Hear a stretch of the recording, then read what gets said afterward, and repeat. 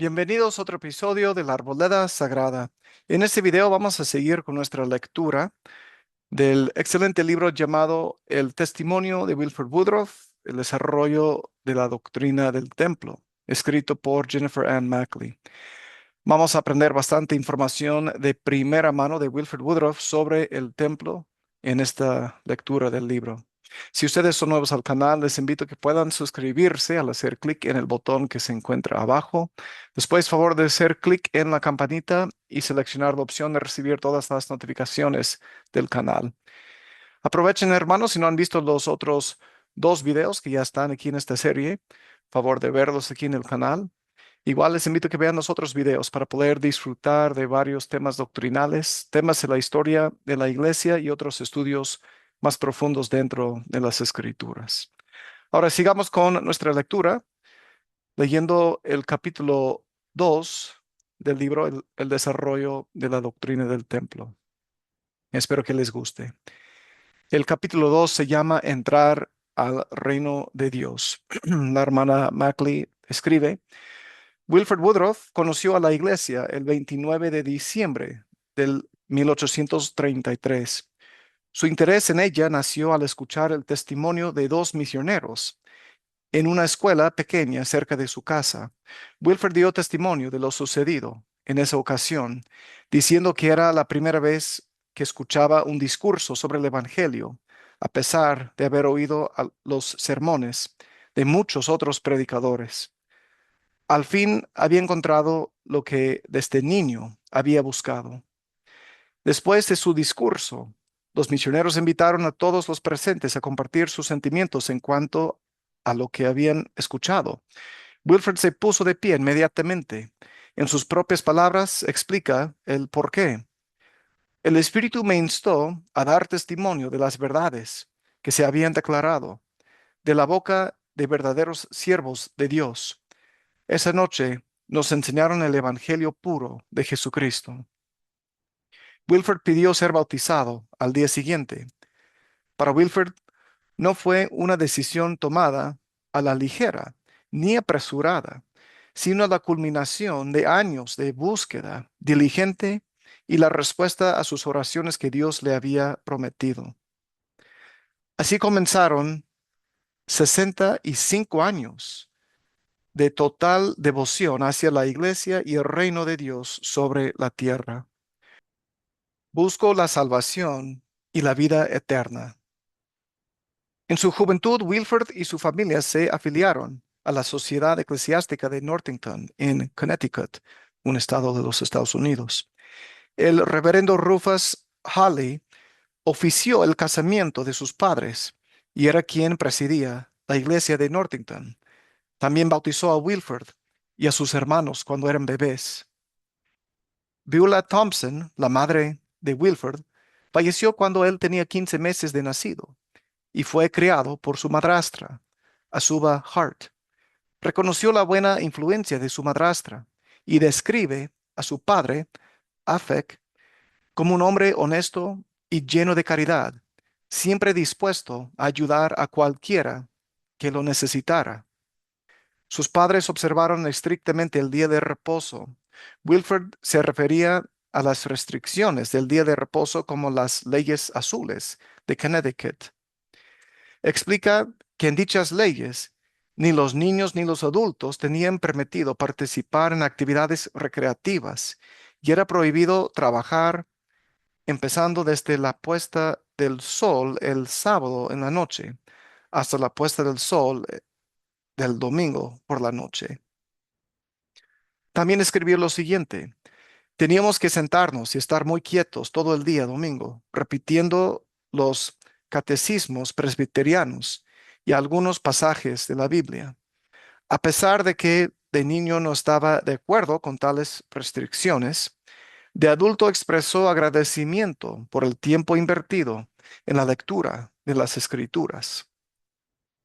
Wilford escribió que Asuba lo ayudó a entender a través de las palabras y espíritu de Dios que había existido una apostasía y que la religión pura e incontaminada se había perdido y que un gran cambio estaba próximo. Cuando iba a la escuela sabática del doctor Noah Porter, Wilford leyó todos los capítulos del Nuevo Testamento, versículo tras versículo. Durante ese tiempo dijo que aprendió en cuanto al Evangelio de vida y salvación, un evangelio de poder en la tierra, así como en los cielos. Aprendió que la estructura de la iglesia consistía en apóstoles, profetas, pastores y maestros, con contribuciones y gobiernos. Wilford escribió que los personajes de los que había leído estaban en comunión con Dios y tenían poder sobre los elementos, conversaban con ángeles y contaban con los dones y la gracia de una religión que tenía el poder para salvar. Sin embargo, Wilford no encontraba una iglesia u organización que fuese similar sobre la faz de la tierra. Pensaba que todas las religiones de su época eran simplemente caminos distintos, que guiaban al cielo o al infierno. Sin embargo, ninguna reflejaba el Evangelio que Jesucristo y sus apóstoles enseñaron. Wilford siguió adelante buscando ese gran cambio. Declaró que estaría dispuesto a caminar miles de kilómetros para llegar a ver a un profeta, un apóstol o un hombre que fuese llamado por Dios, que le pudiera enseñar cómo ser salvo, un hombre que tuviese el poder del sacerdocio y que contara con las bendiciones del Espíritu, tal como los discípulos de Cristo en la antigüedad. Era muy difícil que Wilford mantuviera esa perspectiva por sí solo, dado que en esa época la gente de Connecticut tachaba de pecaminoso el creer en cualquier otra religión que no fuera el presbiterianismo. Un amigo de la familia de Wilford, llamado Robert Mason, fue una de las pocas personas que no compartían dicha idea. Al igual que el Wilford, creía que la iglesia de Jesucristo debía tener profetas, apóstoles, revelaciones y visiones. Debía tener todos los dones, poderes y bendiciones que existieron durante otras épocas del mundo. El ejemplo de Mason impactó profundamente a Wilford y lo ayudó a permanecer firme en su búsqueda de la iglesia verdadera en los años venideros. Abierto a la verdad. De joven, Wilford trabajaba con las sierras y las molinos junto con su padre en Northington. En 1816 se vieron en la necesidad de vender sus propiedades y mudarse a Farmington, Connecticut. Tras completar su educación básica a la edad de 14 años, Wilford trabajó con otros granjeros y molineros durante el verano y reanudó sus estudios avanzados ese mismo año durante el invierno. Mientras trabajaba con el coronel George Cowles en Farmington, tuvo la oportunidad de atender a varias reuniones de renacimiento en la iglesia congregacional de Avon. Tras asistir a las reuniones, dijo que no estaba contento con lo que vio, porque le pedían entregar su corazón a Dios sin explicar principios de una manera comprensiva. Otros adolescentes se unieron a la iglesia presbiteriana durante dicho re- reavivamiento. Sin embargo, Wilford no deseaba burlarse de las cosas sagradas, profesando haber recibido luz cuando realmente no había recibido nada. Un ministro predicaba durante una de las reuniones a las que Wilford asistió y una vez concluido el discurso, se invitó a la congregación a expresar sus sentimientos.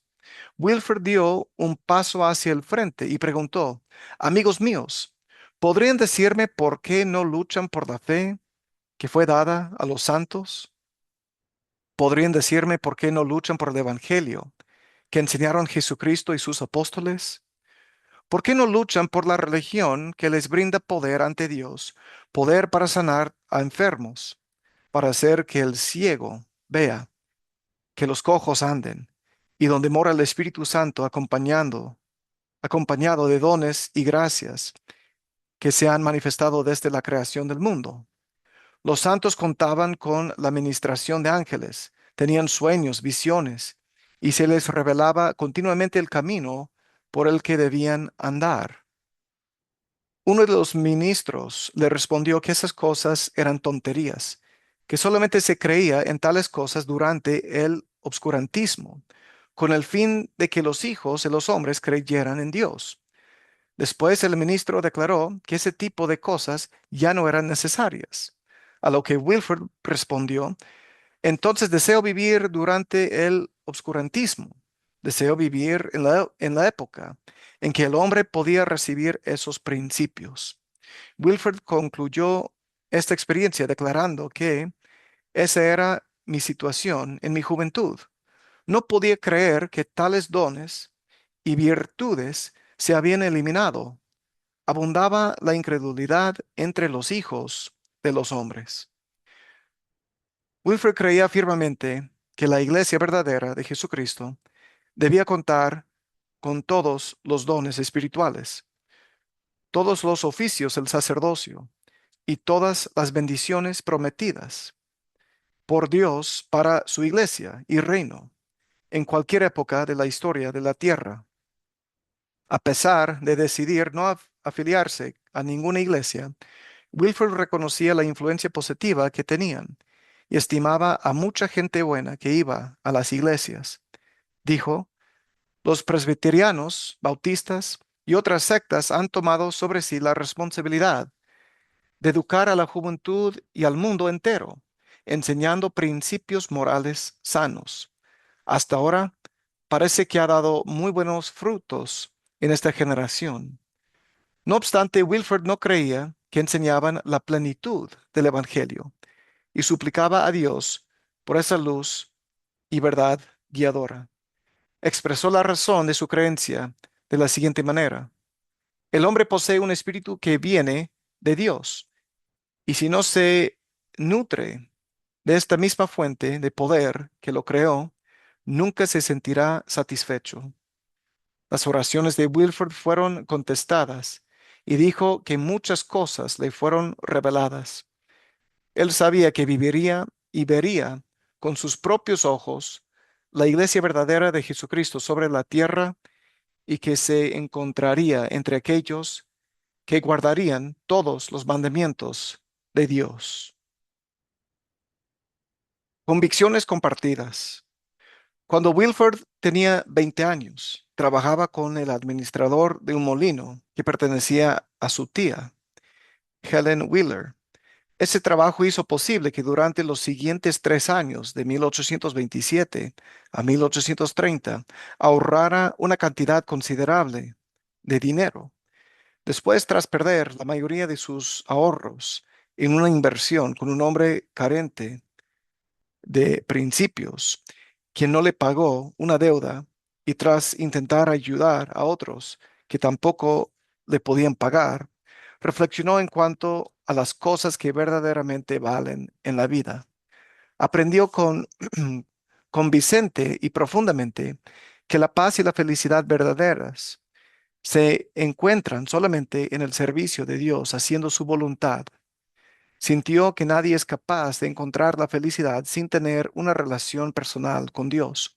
Por tales razones, Wilford decidió buscar a Dios, hacer su voluntad, guardar sus mandamientos, escuchar los susurros del Espíritu y dedicar el resto de su vida a salvaguardar todas sus convicciones. La convicción de vivir para ver la iglesia verdadera de Jesucristo establecida fue una respuesta a sus oraciones y le dio la esperanza que necesitaba para continuar su búsqueda. La influencia que Robert Mason tuvo sobre Wilford reforzó su convicción. En 1830, Mason le compartió una visión que había tenido 30 años antes, en la que se vio a sí mismo en un huerto rodeado de árboles frutales, y aunque tenía mucha hambre, no encontraba ningún tipo de fruta de la cual comer.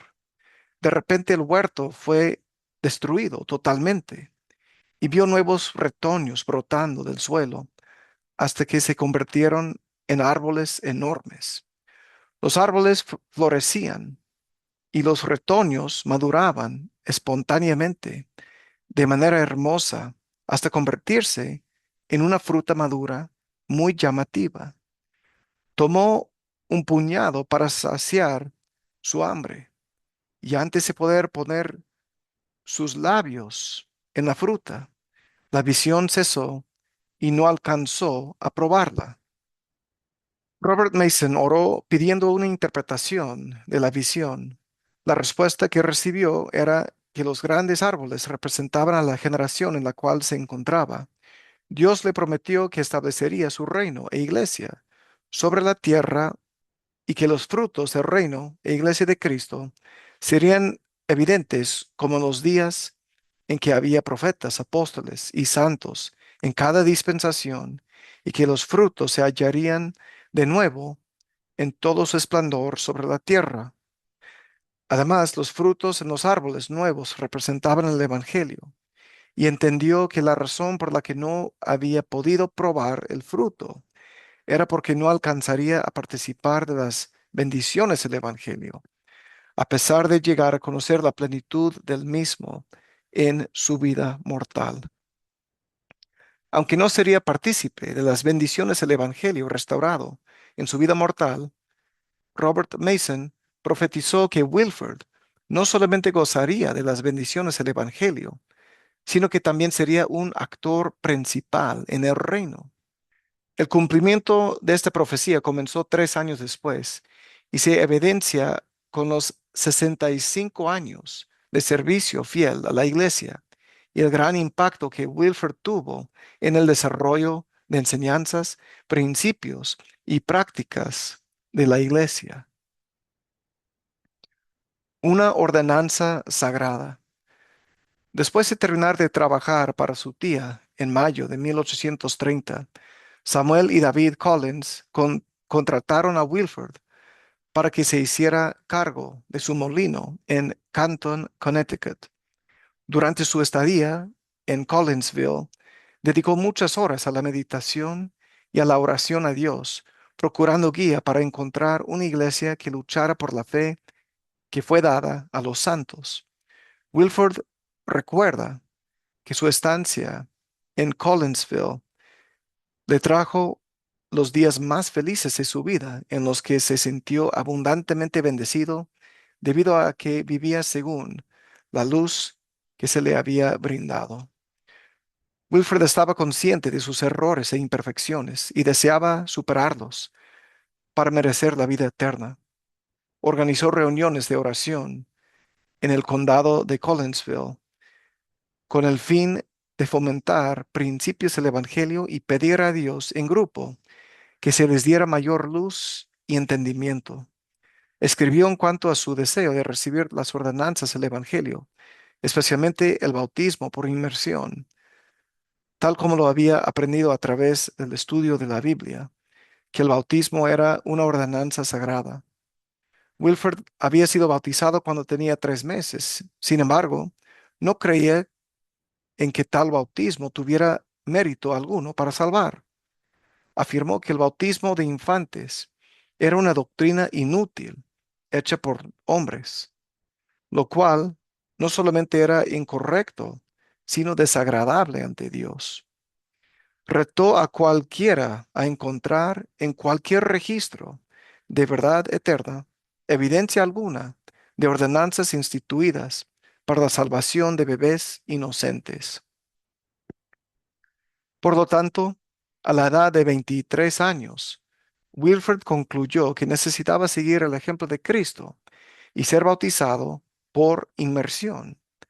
En su empeño por cumplir con ese mandamiento y siendo ignorante en cuanto a la autoridad del santo sacerdocio y la verdadera autoridad para oficiar las ordenanzas de vida eterna, le pidió a un ministro local que lo bautizara.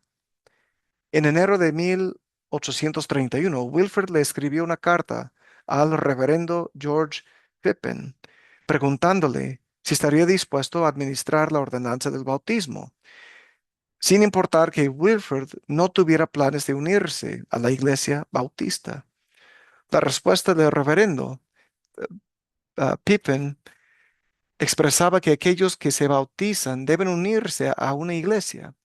Sin embargo, estaba dispuesto a bautizar a cualquiera que demostrara evidencia de piedad evangélica. Una vez que el hermano de Wilford, Asael, estuvo preparado, ambos fueron bautizados por el reverendo Heffen el 5 de mayo de 1831. La salvación está cerca. Después de haber cumplido con el mandamiento de nacer del agua, Wilford siguió orando, implorando a Dios que lo guiara hacia su iglesia a través del Espíritu. Consecuentemente, después de muchas oraciones fervientes, el Espíritu lo instó a escudriñar las Escrituras. Abrió la Biblia y leyó en el primer versículo del capítulo 56 de Isaías. Así ha dicho Jehová, guardad el derecho y practicad la justicia, porque mi salvación está por venir y mi justicia por manifestarse. Este pasaje de escritura brindó a Wilford la anhelada tranquilidad de conciencia que había buscado y estaba satisfecho con la certeza de que el Evangelio lo encontraría a él. Poco tiempo después, a principios de 1832, Wilford leyó un editorial en un periódico acerca de una nueva iglesia llamada la Iglesia de Jesucristo de los Santos de los Últimos Días. En otra columna de noticias de la misma época, el mismo autor del artículo que Wilford había leído describió su experiencia en una reunión mormonita que se llevó a cabo en una escuela. Los dos jóvenes misioneros que predicaban esa noche eran Orson Pratt y Lyman Johnson. La noticia en el periódico decía que los dos misioneros afirmaban ser enviados por un profeta llamado José Smith, y uno de ellos, Orson Pratt, enseñó en cuanto a la manera de recibir revelación directa de Dios, de la aparición del ángel Moroni y la entrega y traducción de las planchas. Lyman Johnson compartió su testimonio de que la nueva revelación era de suma importancia para preparar al mundo para la segunda venida de Cristo. El artículo concluía con la opinión del escritor, la cual decía, era obvio que los ponentes eran jóvenes ignorantes. El cristianismo no tenía por qué temer. Me pareció que intentaban enseñar locuras modernas basadas en fantasías antiguas. Quizás el editorial que Wilford leyó contenía un relato similar, pero a pesar del tono burlesco del autor, la noticia de que había una organización guiada por un profeta que recibe revelación de Dios fue lo que cautivó a Wilford. Viaje a Rhode Island. En la primavera de 1832, Wilford y su hermano, Asmon, analizaban la posibilidad de mudarse a Nueva York, donde vivía su hermano Thompson, pero Wilford sintió que debía ir a otro lugar.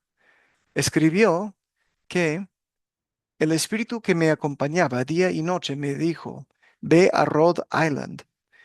Mi mente estaba abrumada, ya que no podía comprender el propósito de dicha impresión. Wilford decidió poner en orden todos sus asuntos en Connecticut y mudarse a la casa de su hermano y su cuñada para finalizar los planes. Al llegar a la casa de Asmon, le compartió sus impresiones diciendo, me pregunto qué es lo que el Señor requiere, de mí en Rhode Island. El Espíritu de Dios descansó sobre mí y durante 2 semanas me dijo, ve a Rhode Island. El medio hermano de Wilford, Asael, llegó a la casa de Asmon 1 hora después de la conversación entre Wilford y Asmon. Lo primero que dijo fue, me pregunto qué es lo que el Señor requiere de mí en Rhode Island. El Espíritu de Dios me ha hablado durante 2 o 3 semanas diciéndome que vaya a Rhode Island.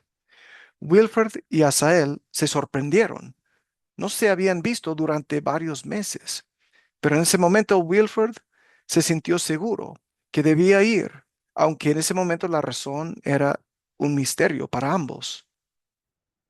El misterio se resolvería en Kirtland, Ohio, donde se asignó a Orson Hyde y a Samuel Smith para servir como misioneros en el mes de febrero de 1832, tal como se encuentra escrito actualmente en la sección 75 de Doctrina y Convenios. El Señor instruyó a Orson y a Samuel que salieran hacia los estados del este y proclamaran las cosas que Él les había mandado. Caminaron alrededor de 1,600 kilómetros desde Ohio hasta Pensilvania y posteriormente hasta Nueva York, donde comenzaron a proclamar el Evangelio en el mes de mayo. En junio, continuaron su labor misional en Massachusetts y llegaron a Rhode Island en julio. Pese a todo, los dos misioneros no llegaron a conocer a Wilford Asmon o Asael Woodruff durante los 10 meses que pasaron en los estados del este. Wilford dijo que la razón por la que no coincidieron fue por no haber permitido que el Espíritu lo guiara y se dejó controlar por circunstancias externas. Su hermano Asmon no creía prudente ir a Rhode Island, ya que los tres habían hecho planes para ir a Nueva York y comprar una granja. Wilfred accedió renuentemente y después explicó que su decisión fue similar a la de Jonás. En lugar de ir a Rhode Island, en donde se suponía que Wilfred iba a encontrar el Evangelio restaurado, se fue junto con su hermano Asmon a Richland Township, en el condado de Oswego, Nueva York, y al poco tiempo Asael se estableció en Indiana. Como consecuencia, Wilfred y Asmon habrían de esperar 1 año y medio para aceptar el Evangelio y ser bautizados. Asael no tuvo la oportunidad de bautizarse debido a su inesperado fallecimiento en 1838. El Salvador me mostrará. En diciembre de 1833, Dios inspiró a la persona menos probable para que llevara el mensaje del Evangelio a Wilford y Asmon Woodruff. Según los registros de la familia Pulsifer, mientras Sarah trabajaba en su granero trillando granos, tuvo la impresión de salir inmediatamente de su casa e ir a predicar el Evangelio. Sin pensarlo 2 veces, Sarah acudió al llamado que recibió del Espíritu. Sin darse tiempo para almorzar, desató los bueyes y se cambió de ropa para salir. Notando su exasperación, su esposa Mary le preguntó a dónde iba. Zera respondió, no lo sé, solo sé que voy a predicar el Evangelio. El Señor me mostrará a dónde debo de ir. ¿Cuánto vas a tardar? Preguntó Mary. El tiempo necesario para completar la obra que Dios tiene para mí, respondió Zera.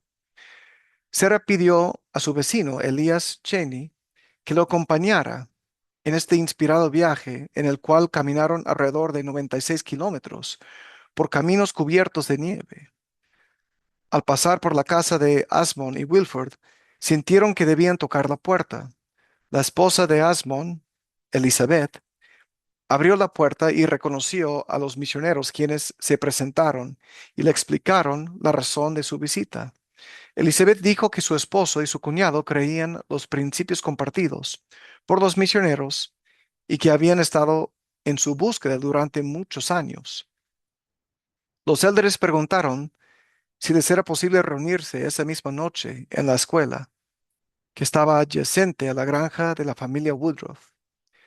Al regresar Wilford a su casa, Elizabeth le informó en cuanto a la reunión y sin detenerse para cenar, Wilford se dirigió a la escuela inmediatamente. En el camino suplicaba a Dios que le permitiera saber por medio del Espíritu Santo si eran realmente siervos enviados por él y que su corazón estuviese preparado para recibir el mensaje divino que le iban a compartir. Sarah estaba haciendo la primera oración cuando Wilford entró al edificio. lo cual impactó de manera especial a Wilford. Dijo que Sarah se arrodilló y oró a Dios en el nombre de Jesucristo, pidiéndole lo que deseaba. Ese tipo de súplica y la evidente influencia que la acompañaba me impresionó en gran manera. Sentí el Espíritu del Señor descansar sobre mí y me dio testimonio de que eran siervos de Dios. Después del himno y la oración inicial, Zera procedió a enseñar en cuanto al origen divino del Libro de Mormón y de la misión del profeta José Smith. Tras sus palabras, Elias Cheney añadió su testimonio de la veracidad del Evangelio restaurado. Después de compartir sus testimonios, preguntaron si alguien deseaba hablar.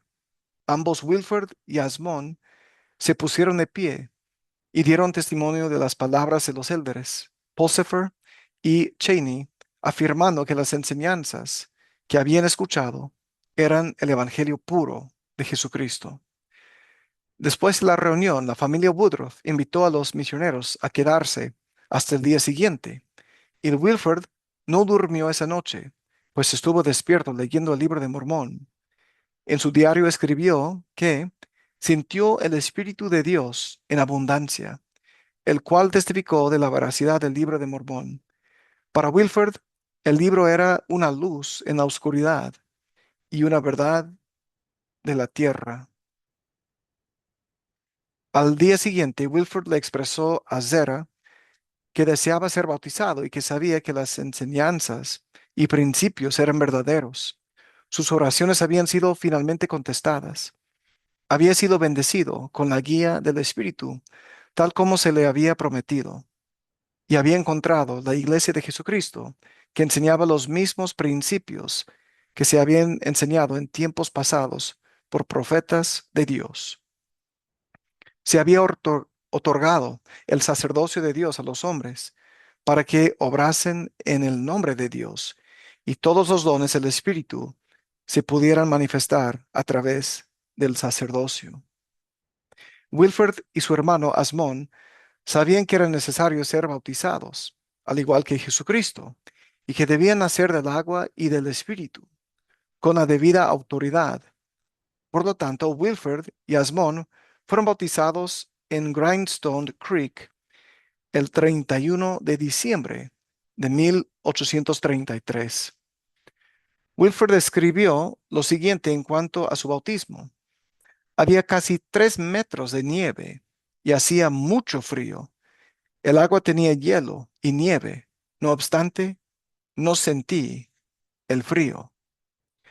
A la edad de 26 años, Wilford se unió a la iglesia, la cual constaba de 3,100 miembros.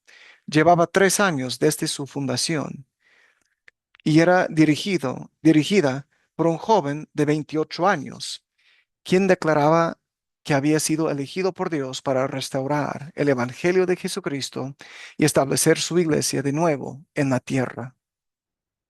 Cuando Wilford se bautizó en 1833, José Smith ya había traducido y publicado nuevas escrituras, el Libro de Mormón, también el Libro de Mandamientos, el cual contenía 65 revelaciones nuevas.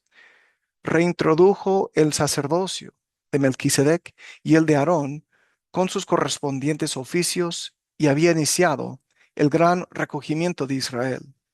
Wilford exclamó: "Finalmente encontré la plenitud del Evangelio sempiterno, el cual llena de gozo mi corazón.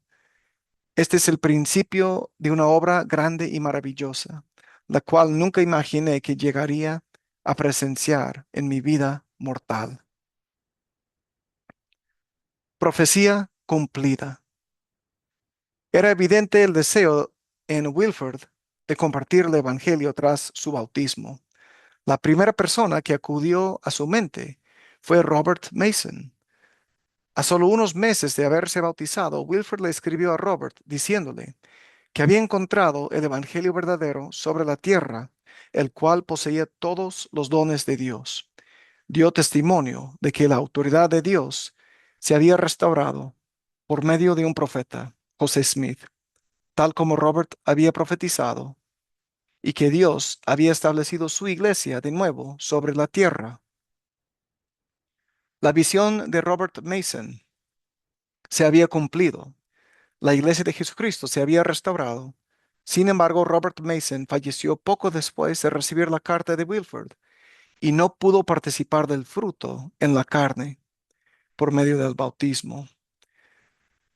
Su profecía de que Wilford no solamente gozaría de las bendiciones del Evangelio, sino que sería un participante activo en el reino de Dios, también se cumplió. Después de solo 6 años desde su bautismo, Wilford fue ordenado como apóstol en 1839 y llamado a ser el líder de un grupo de 14,000 santos que eran perseguidos y acosados.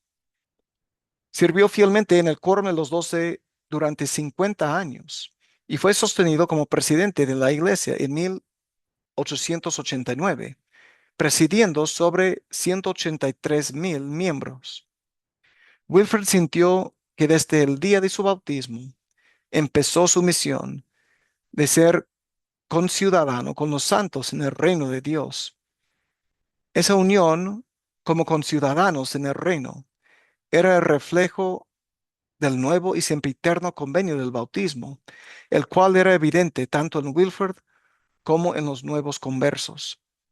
Sin embargo, el bautismo no era nada más que el principio, ya que a las revelaciones dadas al profeta José Smith antes del bautismo de Wilford les seguirían anuncios radicales en cuanto a doctrina y requisitos que influenciarían el diario vivir de los miembros. Cada revelación nueva debía ser aceptada con la fe puesta en el origen del cual provenían, y a menudo se requerían sacrificios personales de gran magnitud de aquellos que deseaban vivir de acuerdo con las nuevas enseñanzas.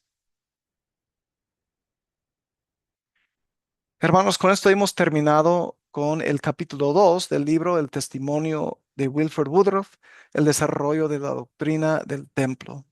En el siguiente video leeremos el capítulo 3 de este libro, que se llama Kirtland y el poder de Elías. Ahí está nuevamente a mano izquierda el índice del libro, de todos los capítulos del libro para que lo vean. Hermanos, este es el fin del tercer video. Sobre lo que escribió la hermana Mackley en este video, hermanos, díganme, ¿qué aprendieron ustedes? ¿Qué información les gustó o quizás fue nueva para ustedes? Dejen sus comentarios en la sección que se encuentra abajo. Favor de compartir el video con los demás para que más personas puedan disfrutar de esta lectura del libro El testimonio de Wilford Woodruff, el desarrollo de la doctrina del templo. Inviten a sus amigos y a sus familiares que vengan aquí al canal, que puedan suscribirse. Y como siempre, espero que aquí en este canal, La Arboleda Sagrada, ustedes hayan encontrado nuevamente su lugar apartado y especial para aprender más sobre las hermosas verdades del Evangelio. En este caso específico, lo que vamos a ver sobre el desarrollo de la doctrina del templo. Todo lo que viene de primera mano de Wilford Woodruff. Nos veremos en el próximo video aquí en la Arboleda Sagrada. Les mando un abrazo muy fuerte, mis queridos hermanos, que estén bien, que tengan un excelente día el día de hoy. Gracias por estar aquí. Cuídense mucho, nos vemos. Chao.